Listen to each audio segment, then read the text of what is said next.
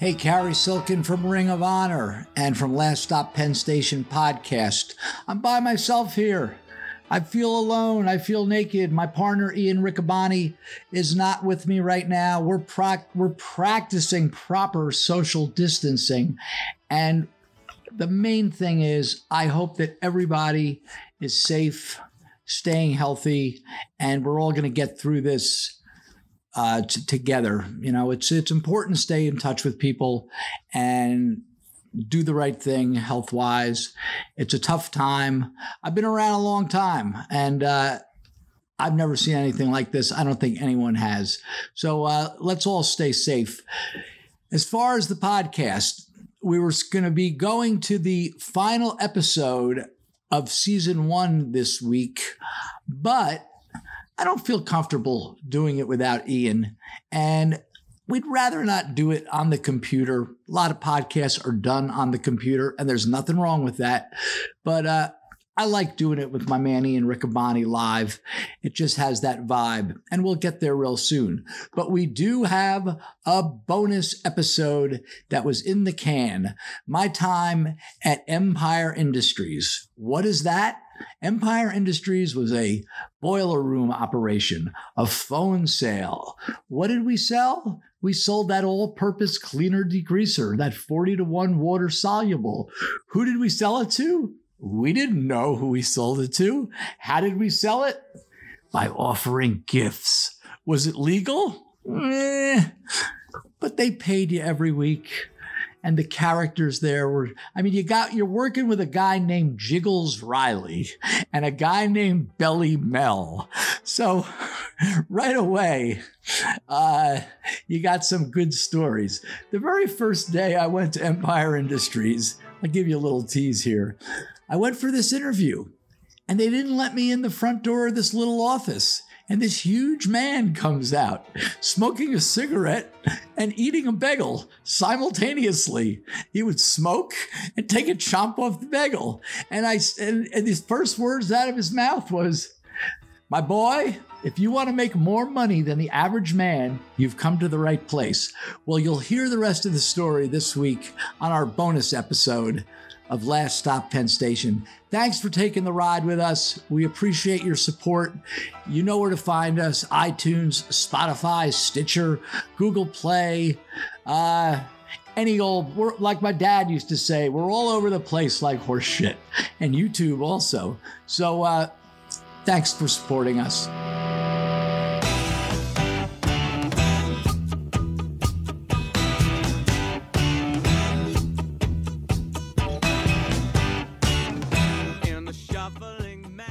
You only get the finest entertainment here, the finest facts. On the bonus episode, you're like you remember the Masked Magician when he revealed how all the great magic tricks were done on TV? You're the Masked Magician of street work. Well, I was never involved in a Murphy, and I refused to do the 3-card Monte game. And this is actually why we're doing the bonus episode, because one of your quote unquote straight, as you said, your straight jobs when you're doing things right, doing things the right way, make a little money. You were with a group called Empire Industries, and it was one of your finest employers and finest locations. And well, it was a telephone sales place, and I had some experience not only in telephone sales, working for semi-legit, calling for the Elizabeth Daily Journal, which is about on the same level as the Express Times, which publishes the Salisbury Press. Right, same level. But don't forget, in the 80s, 70s, and 80s, these were mainstays. Yeah, these were mainstays. People would, there was no internet, folks. Mm-hmm. People would buy the newspaper, and they loved the local paper for just the little local yokel tidbits. Yeah. I'm sure you remember your grandparents scanning them to see who died or what movie was playing, or whatever. Yeah. And I had worked that, and prior to that, I had some door-to-door canvassing experience. Really? Yeah. Okay. What kind of products did you sell? Well, there was only one product. Yeah. It was these aluminum siding guys. Oh, they still come around. Do they? From time to time. The roofing guys, hey. They knock on the door? They do, yeah. Time to time. Well, not like these guys. There's a movie, Tin Man. Okay. With, I think Danny DeVito's in it. Yeah. And Mike G, who's all over this podcast. Yep, you'll hear about him a lot. Helped me do the magazine in Puerto Rico. Is helping me currently with this manuscript, this project, Last Stop Penn Station, in book form. One of his first gigs, we had an uncle, and go ahead, he's right there. Oh, grab him. Captain Lou Albano. Yeah, Uncle Gunny. We're recording some video bonus content. And for those who are watching us on YouTube right now, Uncle Gunny was a famous canvasser. Really? Yeah, so much so that I have to tell you a couple of Uncle Gunny stories. But Professor Toro Tanaka is also in the background.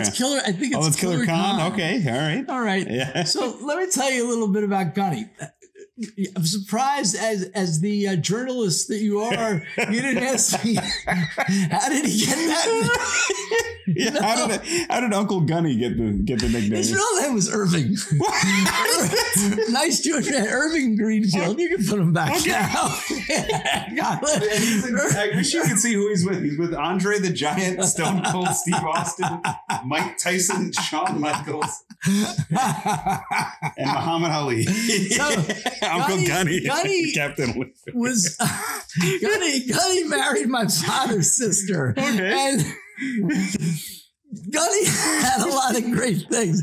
One thing when I was growing up as a kid, he used to say, I know Jason. You're gonna love this.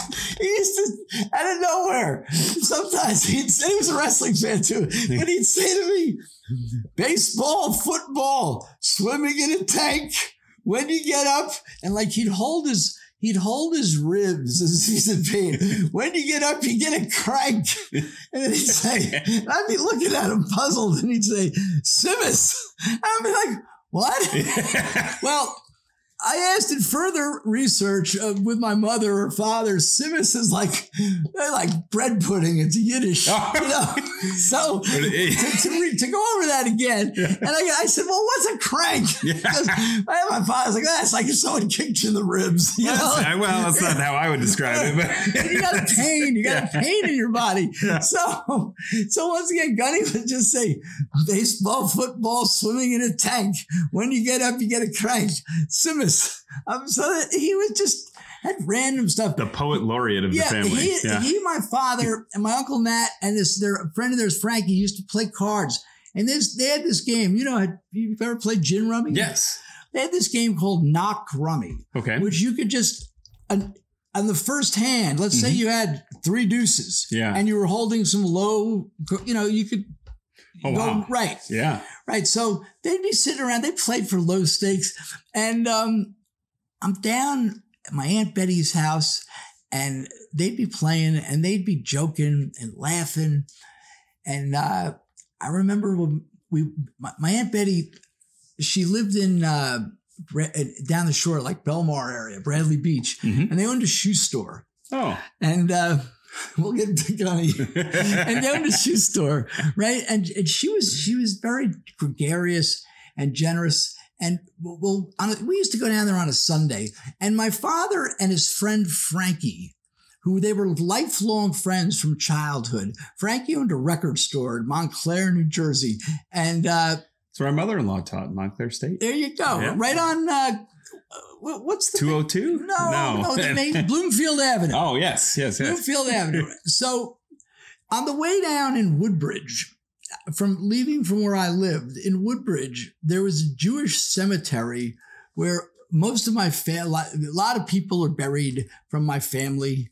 And I'll wind up somewhere, but I don't know if I want to be buried. But that's another story. But anyway, hopefully we never get to that bonus episode. No, when they would drive by the cemetery, my father, who was he was a good. I got Sounds a lot like of a great traits. dad. I got a lot of traits from him. He'd go, "Hey Frankie, you're going to be first." And Frankie'd say, "No, Philly, no." So they would break chops, and so this card game they would play. If everyone got dealt a hand and the cards sucked, like Gunny would yell, or one of them, but Gunny used to go, "Fisher." And I'm like, what the hell is that? And I used to love going to Aunt Betty's house because Uncle Nat, who was in the game, he had Playboy magazine. Right? We're talking about when I was a kid. Of course he did. When I was a kid, yeah, you know. Of course so he when did. I go down there at 13, 14, like, ooh. So you could check them out. So they would yell Fisher. And I'm like, and if one of the other guys would agree, the point is, what was the Fisher? If everyone agreed to the Fisher means, all right, we're all going to throw our cards in. A redeal. And up the ante again. Okay. So they would play. There's good stories with them. But we're talking about Gunny here. So Gunny, how did he get his name? One of the all-time great salesmen, canvassers. Well, I asked that question too. He was always Uncle Gunny. I didn't find out his real name until I was about 11. Wow. Because it was just Gunny. Yeah. So the story went that he was going door to door. He went beyond the aluminum siding gig. He was really a salesman. And he was going door to door, allegedly, in Texas. Allegedly. This is a man of mystery. This is like the James Bond of the Silken family. He was selling unbreakable dishes. Right.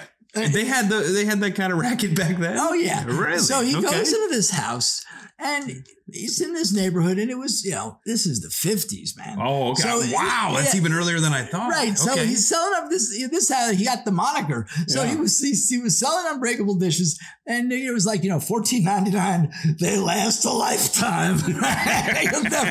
You'll never have to buy a dish again. That's it. You're done. Unless you want to be like Ava Gabor in Green Acres, just throw them out the window instead of washing them. But so he makes the sale, and he knew that, it was the lady of the house, and there was a toddler, sort of like Zach. Sure. Yeah. Rolling around, walking around. He was that age. And the husband was inside, right? He was resting. Husband wasn't involved. So she's writing a check. People wrote checks back then. He just took it. They didn't have credit cards or cash. Maybe he was getting cash. I don't know if he'd take a check. Yeah. But she was paying him. Mm-hmm. And lo and behold, the toddler, the dishes were on the kitchen table. And the toddler gets on the chair, knocks the box off, and the dishes break into many pieces. And at that point, it woke up the husband, who came running out with a gun. And off went Gunny. And fortunately, he wasn't shot at. His other story from that trip, which he told me, and, it was during, I was 9, 10, and I would be going for this kind of, and he'd say, when I was in Texas, I saw these two guys, and they got into a fight. I go, yeah? He goes, yeah, and they were standing on a hill. I go, really? Yeah. And they started arguing real bad. I go, well, what happened, Uncle Gunny? He goes, well, the one guy took out a stick. I go, yeah, really? What did he do? He goes, well, they kept arguing, and the guy holding the stick eventually, and once again, don't forget they were on a hill. Right. He hit the guy over the head with a stick, and he hit him so hard that the guy's kneecaps popped off and rolled down the hill. I'm like, wow, that's cool. Yeah. So when he made it back from that trip, he was dubbed Gunny, but this is not his greatest story. Really? It just dawned on me. I would be doing our listeners a disservice if they didn't hear this story. When TV first was getting popular in the early 50s, they were expensive. Yeah. So the average family, the people were watching the Friday night fights, the wrestling, the roller derby, the World Series. They would go down to a store or to a bar or to a store. You see those old those old watching film from the window. Correct. Yeah. So Gunny was working with a guy, and they had these TVs. They probably were only like 6-inch, 9-inch. Yeah. That's what they were. Yeah. So he would go. Gunny was smart.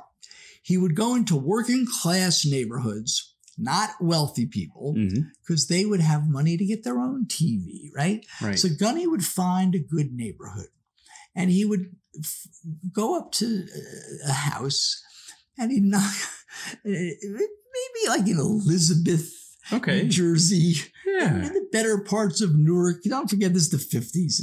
And he would knock on the door and say, I have this beautiful RCA TV. It's $700. It was expensive. We'd have to research, but it probably was like $600-$700 at least. So the people wanted it, but they didn't have the money. So he'd say, "Listen, I'll let you try it give me a deposit." And they would give him whatever. It had to be like $100 deposit, which was probably the real cost of the TV. Yeah. And he said, you could try it for a week. See if you like it. And I'll come back. And if you don't like it, I'll just take it back. Well, these people were like, sure, this is wonderful. Yeah. Well, Gunny would wait. And he knew that on Friday nights, the Friday night fights. We're talking about boxing. It was the most network. Right. It was the most popular show, more popular than wrestling, more popular than Milton Berle. I have to look that up, but right? That's a bold claim. We might have to fact check that one. Maybe. Right. But he waited for the Friday night fights. And often these were in apartments, good apartments. So he would wait and the people that had the TV, their cousins, their neighbors, every one of their friends would be there. And the fight started at 8 and Gunny would knock on the door at like 8:15. Wow. And according to Gunny, because he would embellish things. I mean, don't forget, a guy, he saw a guy's kneecaps roll down the hill. Right down the hill. The people would chip in and he'd say, look, I got to get paid at least, another 75% of the money, or I'm sorry, I have to take it back. Yeah. Well, 5s and 10s would come in. Start flying in. Yeah. And so that was a class. Talk about a great canvas hustle. So Gunny, later in life, he started working for these tin men, these aluminum siding guys. And Mike, my cousin, Mike G, was 4 years older than me. So Mike had a brief college career and he wasn't interested. He went to Woodstock. He was a rock and roller. He had some rock bands, a band called the Rock Garden. He was he's still a good singer. He's a good karaoke man. And, so he needed to make some money. So Gunny's like, look, come on. You could canvas. Okay. So he's working with this guy. Oh my goodness. Oh damn it. What the hell was this guy's name? Al Rucco. Okay. Right? Al Rucco. So, like Rucco Construction. Now, once Mike worked for a few months with weeks or months, he told me about it. And Mike was 21. I was 17. I had long hair. I did have long hair. And I was like, and Mike had long hair. And Mike's like, yeah, this is easy money. He goes, we just knock on the door. We just got to get some leads. We just you have to ask, so you would knock on so when he got me to do it. So you would canvas the guys like Al Rucco, the guys that worked, that were the sales guys. they were all, and I'm Jewish, they were all Jewish guys who never banged a nail. They couldn't hang a picture, let alone do siding and roofing, but they were good salesmen. And the play was they wanted to go into these not so great neighborhoods, but neighborhoods where the people were working. Mm-hmm. And so they signed the people up to these ridiculous deals to have their house aluminum sided and the roofing done, or kitchens and bathrooms, whatever they need, and pay over a ridiculous amount of time. And it's all turned over to the bank. Gotcha. That's where I learned the word. Did you ever hear about a garnishee? Oh, yeah. What is it?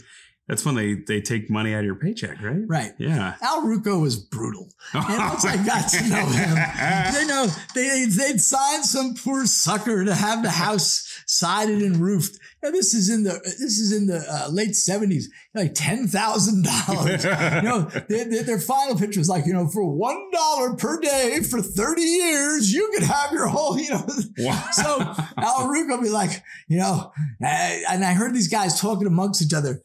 Yeah, did you ask about the Williams deal? And Al Rucco would be like, fuck them. It's in the bank's hands. They'll just slap a garnishee on him. Whoa! He didn't care. Ruthless. Ruthless. So the first time, I started doing this. And Mike tells me, it's easy. We just go around. We can get stoned a little. We knock on some doors. We'll try to get some leads. So you would knock on the door, mm-hmm. and the pitch was, hey, my name's, I didn't call myself Cary. My name's Jim from Rucco Construction. We're doing a job over at 321 Bloom Street. And there might have been a job, there might not have been. Usually it was better when there was one. Yeah. And was there anything you were looking to get a free estimate on? We do roofing, siding, bathrooms, kitchens. And now, if someone wanted to get their house, if you or AJ wanted to get some nice fresh aluminum siding, or let alone the roof was a little leaky and you needed a new roof, you're going to go procure it on your own. Right. Not wait for someone. So the lady in the house goes, well, we were thinking about having the bathroom redone. Like, okay. So we just had to provide some leads. Sure. And it was a draw against, it was a commission, mm-hmm. but they would give you some money just to keep you out there doing it.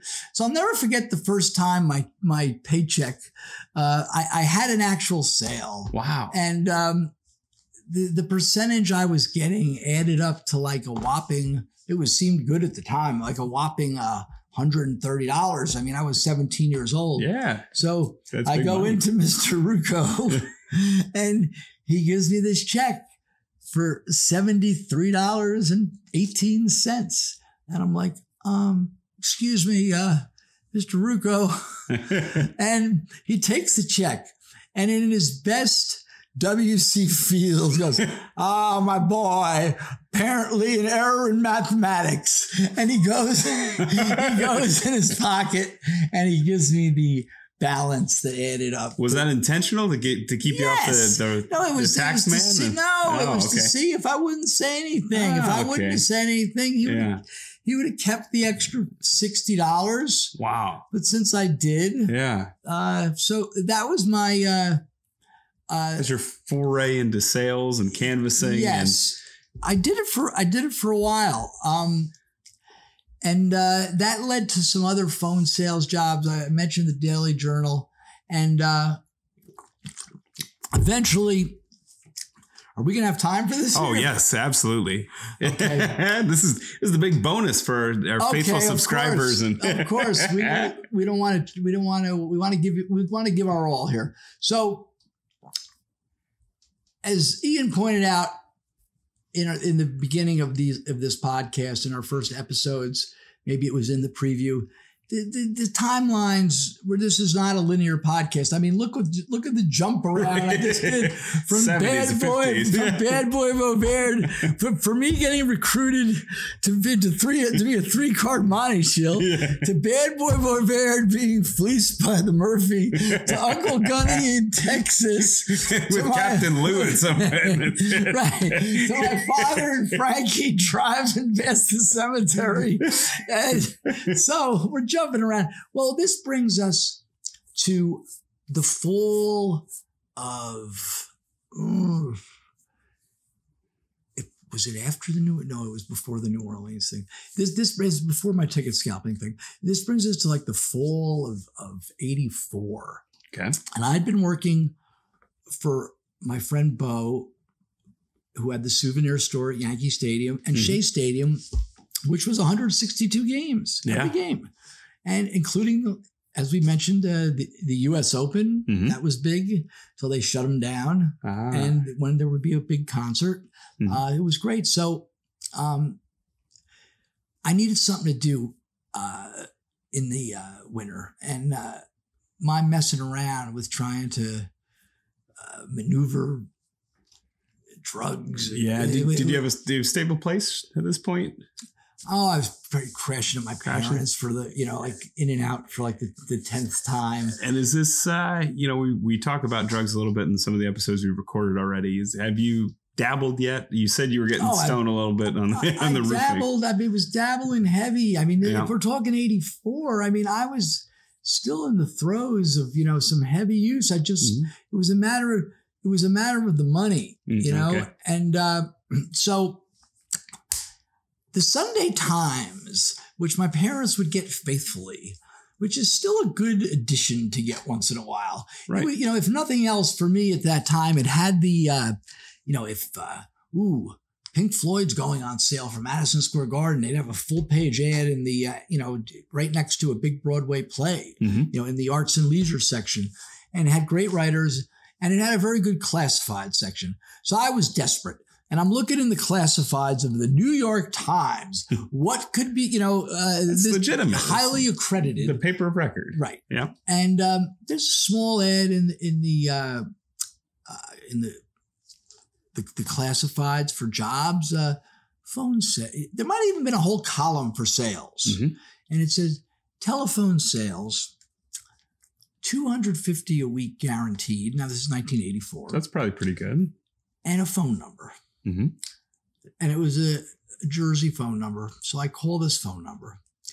And whoever answered the phone says, yes, come on up, and gives me this address. And it was in Hoboken. So I'm all excited. They're like, do you have sales experience? I'm like, yes. And well, then come up. Well, who am I going to be talking to? Well, a gentleman named Mel who's going to interview you. Mel. Okay. So I'm like, okay. And they give me the address. So I go there. I didn't have a car at the time. I take from where I lived to the PATH train to Newark and to Hoboken. And I get off. And fortunately, it was on Washington Street in Hoboken, but it was one of the blocks extremely close to the PATH station. Okay. So I see this 6th floor building, and does it look legit? Well, the building looked legit. Okay. But they were not the 6th floor building. They were like Suite 5A. Oh, okay. So I go up the elevator, and the building itself was thin. I'm like, can only be like one or two. Turned out that there was one business per floor. Wow. Okay. Yeah. And I get out of the elevator, and there's a coffee table like we're sitting here with the microphones we're on, and 2 chairs like we're sitting on. And there's a door, and it says the nice gold plate that probably cost about $4, Empire Industries. Ooh, I'm at the right place. Yeah, dude. This sounds official. This sounds like the real deal, right? So I go to open the door, but it's locked. I'm like, what are they doing? Sorry. Okay. Well, I noticed there's a buzzer. They had the buzzer like at eye level. Okay. So I hit this buzzer. They were I should have known right away something's up. So I hit the buzzer, and this man opens the door. And if you've ever seen one of these guys who's very heavy, but he looks like all his weight, it's like he has swallowed a medicine ball. Okay. And the guy, and he was probably 50-year-old guy, and balding, and he's smoking a cigarette, and he has a bagel with cream cheese. Okay. And I'm like, Mel, he goes, yeah. He goes, what's your name? I go, Cary. He says, oh yeah, my boy. He goes, have a seat. Doesn't invite me in. Always makes you stay outside the office. Yeah. Yeah. So I'm sitting there with him, and the first words, just like you and I are sitting, and he's got the bagel in one hand, and he takes a bite of the bagel with the cream cheese, and simultaneously taking a drag of this unfiltered, Pall Mall or something. Man of high class. Right. And after he blows the smoke out and swallows what he had chewed, his first line was, my boy, if you want to make more money than the average man, you've come to the right place. Dude, is anything going off in your head right now? Yeah, I said, sure. I want to make more money than the average man. I'm going the opposite. I'm thinking, this guy. Well, yes and no, because I said to him, I said, well, yeah. I said, well, what kind of sales is it? He goes, you can sell, right? I go, well, yeah, I canvassed and I've done the phone. And he goes, well, then you could sell here. He says, I promise you. He goes, my boy, he talked like Jim Barnett, but straight Jim Barnett. My boy, $250 a week, guaranteed. It was like the Music Man. $250 a week, guaranteed. And it's against the draw, but we're going to make sure you take care of it because you're going to sell. So I said, oh yeah. And his name was Mel Rich. Okay. And it was just so bizarre. And I'm like, well, Mr. Rich, what's the product? He goes, my boy, why he had me come back the next day, I don't know. Yeah. But there's a psychology to them. Mm-hmm. It's sort of like the old wrestlers where they would, stretch you. Yeah. If the guy doesn't even come back the next day, he's no good. Right. So instead of bringing him in to start that day, because I was raring to go. Yeah. And I said, well, what's the product? He goes, come back tomorrow, my boy. Mm-hmm. I'll put you in with some of our top salesmen. They'll teach you, and you'll be on the road to riches in hours. I'm like, hours? Okay. Wow. So I left there. I'm like, oh, this is strange, but I got a job. It's good. I mean, I am going to come back, and I'm going to, I'd heard about these shady kind of boiler room operations, mm-hmm. Which is another movie, Boiler Room, right, about these kind of places. So I go back the next day, and he even said to me, he goes, I said, oh, is there a dress code? He's like, just be comfortable. So I go back the next day, and when I rang the bell, I was greeted by this guy, the complete opposite of what Mel was. This guy had long hair and sort of bad teeth. Okay. And he was severely overweight. And he puts out his hand. He goes, you Cary? I go, yeah. He goes, Jiggles Riley. Jiggles? Yeah. Wow. What a treat. What a treat. You meet Jiggles on your first day. So I'm like, hello, Jiggles. He goes, come on in. He goes, I'm going to put you with Norris. He's a cool guy. So now I felt comfortable. Yeah. Now, there's this hippie type dude. Turned out he was in a band. What's that club on Bleecker Street? It's still there. Cafe Wah? No. It says on the sign, classic rock. I'll look at, but anyway, he was in a 3-piece.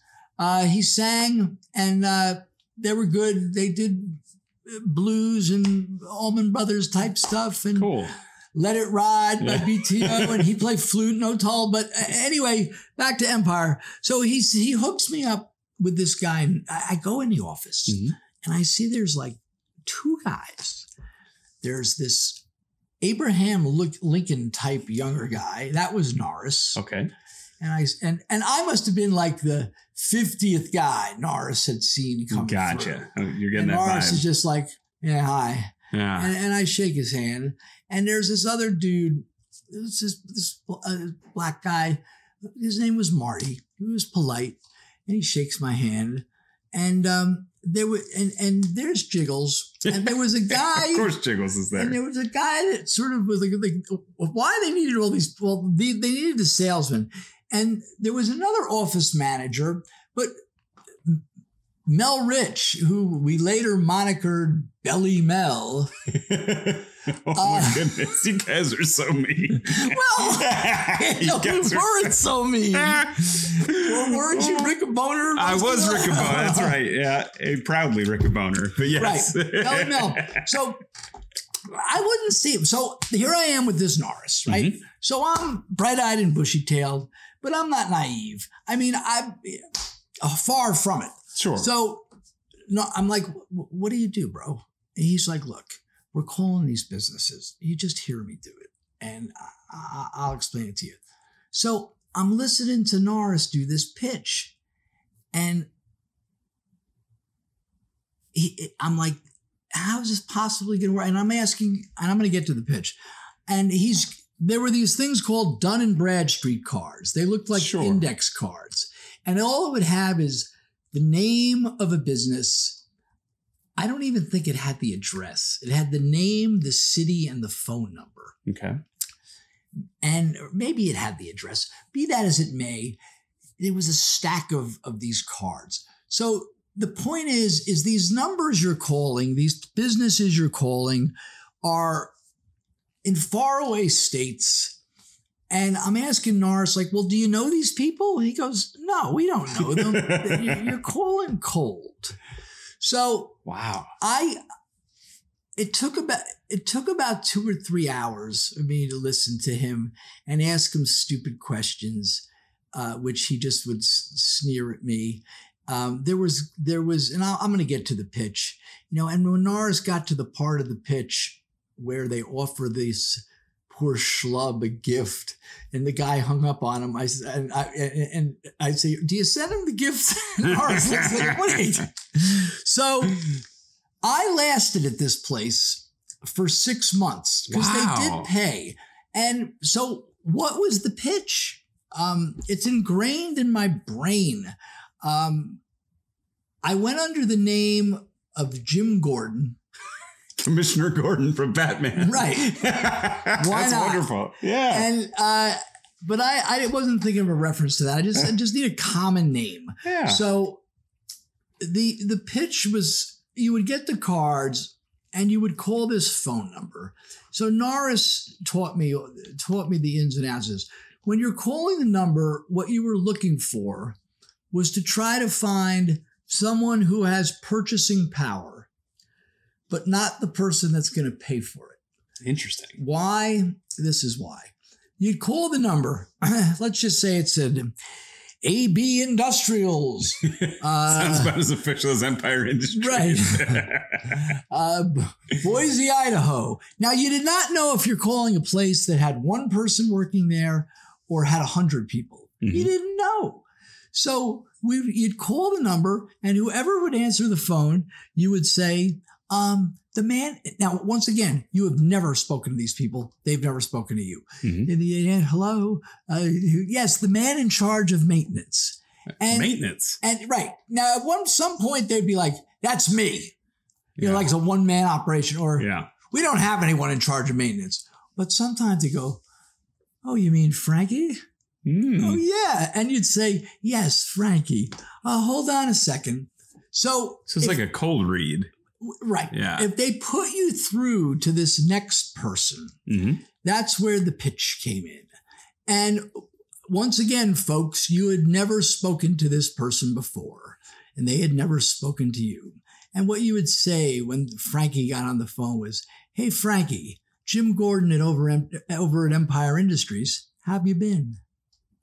And Wow. the first sign that he was a rube, a mark, Would probably be, "Oh, I've been well. How are right, you?" Exactly. Yeah. A lot of guys just hung up because Okay. they've heard this before. Yeah. The guy goes, I'm all right. How you doing? Hey, Frankie, I told you I was going to come out there, go over some inventory with you, take you out for a nice steak dinner, have a couple drinks. Well, I'm sorry. I got caught up. And if the guy still hasn't hung up on you, Yeah. you quickly told him, and the last time I spoke to you, I told you that we were going to be celebrating our 20th anniversary here. And Frankie, I saved you a little piece of the birthday cake. It's a beautiful cheese basket. It's got the Gouda, the caraway, the Colby, the cheddar. And Frankie, when you get to that wine cheese, that Port Salut. Oh, God. You must have been really good at this because you are. This is like it was yesterday. This is like you do it for a month or two. Let us see. So when you get and it's so stupid. When you get to that wine cheese, that Port Salut, yeah, go easy on it. It'll really kick your butt. And you get a guy that goes, oh. Well, that's your guy. Oh, So if you have him on the phone now, folks. 19 out of 20 people did not get this far. But I assume with each passing hurdle, you are exponentially more likely to get the guy on the hook. So you would get to the guy. We haven't even. What are you selling? I mean, I'm sure you'll get to that, but we haven't even got to the point of you've not even told. You are presenting a gift. That is it's like the Murphy, right? Except they're going to get a little something. They're not going to get an empty handkerchief. Okay.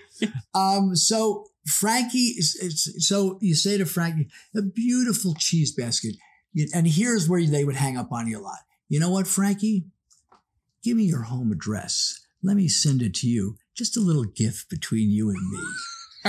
And if the guy, and this is what Mel, the aforementioned Mel, after I got to know him a little, and you wouldn't see him, because he was in the back, and the people that owned the place were in the back. They were. I want to get back to the pitch, but these people that owned the place, I don't know. They were Austrian, some kind of. They might have. I don't know what they were, but they had this heavy, like Slavic kind of accent. And the guy's name was like Rudolph. And like, this is not Mel, and his wife too. And once every 2 weeks, Rudolph would walk through the main room to like maybe get a coffee. I'm sure he could get in the back and go, "Come on, boys, let's light them." So let's light them. It's like, you ever see The Producers? Yeah. Oh my goodness. Oh God. After I got to know all these guys, me and Norris went out in the back. There was a fire escape to smoke a joint, and Jingles comes from that because you're gonna give the old man a heart attack. Anyway, back to the cheese basket. So Frankie gives you his home address. He's like this. This is when you knew. So Mel says to me, you want the mooch. The mooch is gonna give you his address. He's a mooch. He's trying to suck something for free. Yeah. He goes, my boy, you want the mooch. If he gives you a home address, you got the right guy. Yeah. He's the mooch. So I'm like, all right, all right. I was calling him Mel, but all right, I got you, Mel. So Frankie says, yeah, the 1322, like he's like as if he doesn't want 1322 Chestnut Street, North Boise, Idaho. All right, good.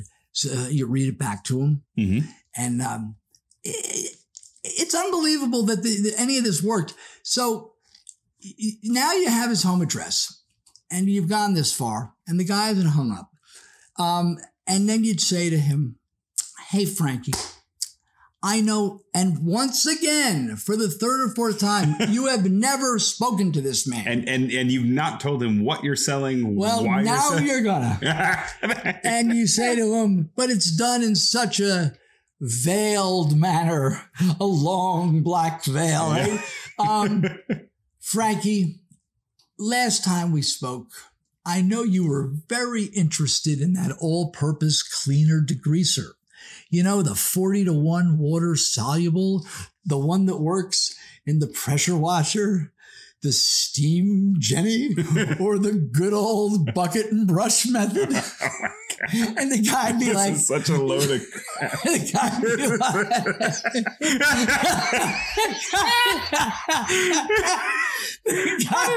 sell any of this. The guy'd be like, the mood should be like, yeah.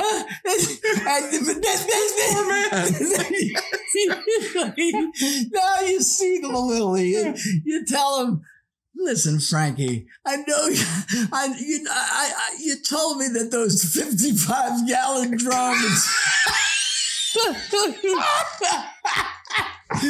be a bit too large. And he'd be like, yeah, they would be. Tell you what, I went out in the warehouse. I had little Willie make him a small 20-gallon pail. A small 20-gallon pail. Work with that.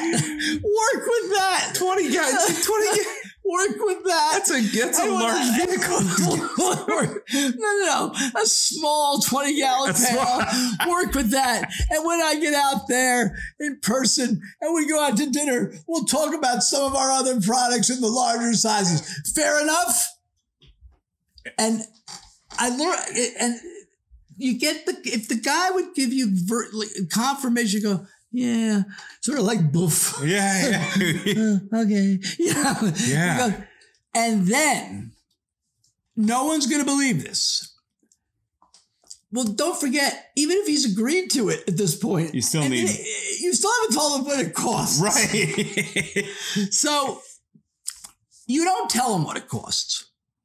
But what you do at that point is say, oh, great, Frankie. You know, you're going to love working with this product and you're going to love that cheese basket. Matter of fact, I'm going to go in the back and have our secretary load it up. Why are they counting the cheese in the office? With some extra caraway and Colby. So, what is the secretary of the matter of fact, I'm going to throw in a nice piece of Munster. So you're going to get this cheese basket. Now, your address, and you read back his home address to him, right? Yeah. Now, the guy's still, and he's still on the hook. He's still on the hook. And Jesus. Say, and here's this is an added thing that's so ridiculous, but it would work. I'm like 1 out of 100 people. Hey, Frankie, give me your wife's first name. I'll send it. I won't put my return address on it. It'll seem like you're sending her a little gift without her knowing. Oh. And the guy'd say, okay, her name's Mary. So the cheese, now the guy, it's like Homer, Homer Simpson, ooh, cheese basket, right? And he's like, ooh, my wife's going to get a present, right? So then you say, listen, Frankie, good news. I'm going to hold this. I'm going to thank you so much. And the cheese basket will be out to you immediately. And we're going to get the product out. Now, the office address, it was on the card. It was like, 322 Main Street, Boise, Idaho. Like, yeah. Okay, listen, I'm going to hold it. Same as last year's price. Only $29.95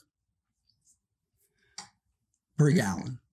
Oh, Jesus. What's your next purchase order number? Oh, God, that's $600 for a 40-to-1 solution. Right. And that's you just sold a $3. What's your next purchase order number? And some of these guys went into a purchase order, like an actual thing, and said X7Q94. Oh, my God. And the ones that didn't said, we don't use purchase order numbers here. Rudolph would send the stuff anyway, because when I finally got to see the all-purpose cleaner, and when it had its original label, which of course they changed, the maximum dilution, by the way, was 7-1. And you know what that was for? For cleaning golf balls. So this is going to like this. This isn't going to clean anything. This is a big factory, right? It's water. So they're getting, and it was $7. They told me I was there like 3-4 months. Yeah. So they were getting a $7. So it was no skin off Rudolph's ass. If he just sent one out. A $7 bucket of water. Yeah. and a $3 cheese basket, which you could have got at, at the corner, the 5 and 10 of the those secretary's errors. Thrown in, she's hand cutting it. Yeah, So after I got to know Jiggles Riley, and after I got to, Belly Mel, they didn't do Rudolph, forget it. And they used, and we'd be in there from like 10 o'clock to noon, and they'd let us go out for lunch, and we'd go, we're in Hoboken, we'd go drink and have lunch. They didn't give a shit as long as you'd sell a little, right? Yeah. So once I got to know them, and I was a little more entrusted into this crew, I saw so many guys come in and out of there. Yeah. But Norris, he would turn out to be a good friend, and he was there, he hated it. And there was another guy, I forget, who lasted a few weeks. He'd been in these other places, and they knew, but Marty thought this was a legitimate accredited business. And I remember an argument between Marty and Norris one time. And Norris is like, he was so disgusted. He goes, well, what a hunk of shit. These fucking, these cars are 3 years old. And these people, and Marty suddenly said, see, Norris, in this industry, Norris, you call this an industry. So it was classic. Eventually, Belly Mel, I'm like, well, what's he doing? Yeah. When I go out to lunch, and after a few weeks, because most people didn't stay around, and they paid you, so they didn't want you to leave. So Norris tells me, well, look, they only get paid like by, Jiggles Riley, he smartened us up. He hipped us to this. They only get paid like by 15 to 25% of the people. A lot of guys who would order the stuff would lose their jobs because they'd see like there's a $600 invoice now for a $7 20-gallon thing of water. Right? What the hell is this bucket of soap water, right? Yeah. So most guys just didn't pay, and that was the end of it. But the ones that did, Could you go back to that well? That's where Belly Mel comes in. Oh, okay. And Belly Mel was in the back. So when they would get paid by, let's say it was Frankie's company out in Idaho, Boise. When they would get paid, Belly Mel would go into action. I was like, Mel, these reorders, can I do them? He goes, no, my boy. He goes, you're doing fine. You're doing fine. Just keep working. Just keep working. And he goes, you're finding me some nice mooches here. I'm like, okay. And, Rudolph would run through the office screaming, let's write him once in a while. That's right. Let's write him. So, well, Mel, what happened in the back was this. When someone paid, they would sit on it for a couple of months. And, they got paid and they waited. And Mel would call back. Yeah. Let's say it was Frankie. And he'd say, Frankie, this is Mike over at Empire. I know you spoke to Jim last time. How's that all-purpose cleaner degreaser working? And Frankie would be like, well, it's okay. He goes, listen, we were getting out our new catalogs. And I know Jim was supposed to meet up with you, but we're getting out the new catalogs. And, our usual secretary, she's been out, and we have this temp girl, and she's okay, but she made a mistake. And there's a vendor in your area where we were sending him out 2 55-gallon drums of the all-purpose cleaner degreaser. No. But along with that is a beautiful 27-inch RCA colored television. Wow. I could call UPS right now. Is your home address still? And he would have Frankie's home address. And the mooch in Frankie would be like, no skin off of his back. He goes, do me a favor. Take in these 2 small drums. I'm going to knock it down to only $19.95 per gallon. Oh, fair enough. Oh my God. 110 and times all 20. Frankie the mooch is thinking is it's $2,200. Color TV. Ooh, color TV. So Cary. They would send it out, and he would give them a purchase order number. And so when they got the right guy, which wasn't often, because a lot of these companies, they just got invoices. What the hell's this? They just pay it. Pay it. They were the ones that wouldn't pay it. Yeah. But they're the ones that said, all right. Let's put it through. So that was the what was going on up there. I only lasted like 6 months. I really couldn't do it anymore. It was grueling and grinding. If you got in a slump, they had this other pitch. Like if you didn't get a sale for a couple weeks, the slump buster. They had the slump buster, and it was the heart attack pitch. Excuse me? Yeah. And Jiggles Riley, who I'd become friends with at this point. Yeah. And I'd seen his band, and Norris. Mm-hmm. And Marty would do it, but Norris wouldn't do it. And and Jiggles told me, don't do it. He goes, guys that have done it have had heart attacks. Oh. I'm like, what? He goes, yeah. But so I heard the heart attack pitch being done. And what they would do was, it was going back to the original cold call. Yeah. So let's say you're calling up Tony. Calling Tony at ABC in Moline. Okay. Right? Listen, if I were to be doing it, and I didn't do it, but it'd be, hi, Tony, this is Jim Gordon over at Empire Industries. Same thing. How you been? I've been good. So, listen, I know you used to speak with Mike. Now, he didn't speak with anyone. And the guy'd be like, yeah, well, as you know, Mike was having heart problems and he had a triple bypass. Now, this is in the 80s. And at the time, Henry Kissinger had a bypass, as well as I think Rock Hudson or somebody, they named it him and an athlete. Yeah. He wasn't as lucky as Henry Kissinger. He died on the table. Oh, God. Okay. And the guy'd be like, I'm sorry, right? Yeah. But listen, his wife is trying to clear out his warehouse before they're going to foreclose on it. Geez. And they found a Christmas gift with your name on it. Oh, Cary. It's a beautiful. Cary, this is so. It's a beautiful AM FM clock radio with the digital readout. That was a big deal at the time. Oh, Cary, thank you for not doing it. What's your home address? Same thing. And then, no. Yeah. So if you couldn't get them, they wanted you to do that. It was the sympathy pitch. Yeah. And what a bizarre place.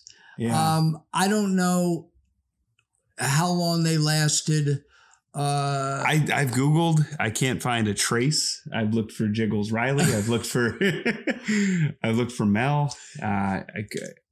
Another guy came in there. This guy Harvey, who he was like managed the office, and he this will go on to another podcast, which will be called "Don't Borrow Money from the Wrong People." Ah, okay. Yeah, and he was hooked up with a guy that had one of these rooms, and but they flourished. I know that they did this with industrial lighting and the print cartridges. Yeah, with the ink. Yeah, right. And they still call around. Really, but that's the story of Empire Industries. The story of Uncle Gunny. Uncle Gunny. Empire, a 3-card Monty. 3-card Monty, and don't forget the Murphy. Wow, it's incredible. And it's fascinating that in less than 20 years, right? It was almost 15, 16 years. You went from that to essentially being a part of a company that would end up running Madison Square Garden, first company besides WWE in over almost 60 years. So it's kind of incredible, isn't it, when you reflect back on it? Yeah, the odds of that happening are pretty much having a major lottery win, I would say. And I'm very grateful, that I made it out of that. But, all these stories, all these things that happen to all of us make up who we are, and I'm not suggesting people run out and try drugs and to gain some kind of insight or it's like this. Everything we've done in our lives right now, whether you're sitting here with us, with me and Ian and AJ, or you're listening to this right now, everything you've done has brought you to this moment. Yeah. And it's pretty amazing. If that makes any sense. It does. It does. And it's going to lead us to episode 2, because I have a feeling this is going to drop sometime in between 1 and 2 with the fan support we've been getting on iTunes, where we've been getting 5-star ratings. That's why we're releasing this podcast. Also, the great feedback we've been getting from a lot of our fans as well. So we appreciate all the support that we've been getting. Episode 2 is coming at you. It's The Wrestler. We're also going to head to the UK. We're going to head to Japan with Ring of Honor. This one was mostly a non-wrestling, although we did have the Captain Lou mention.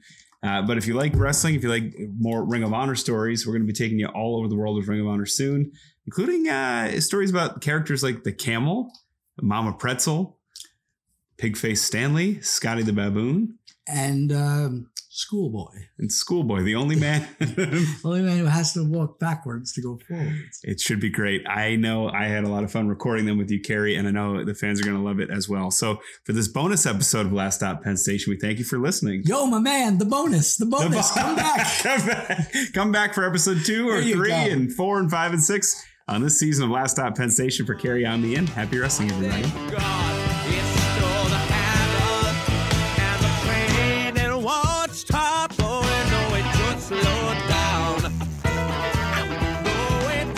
For listening to Last Stop Penn Station podcast. Rate, review, like, subscribe, and share on your favorite platform. Connect with us on Facebook, Instagram, and Twitter, or at laststoppennstation.com.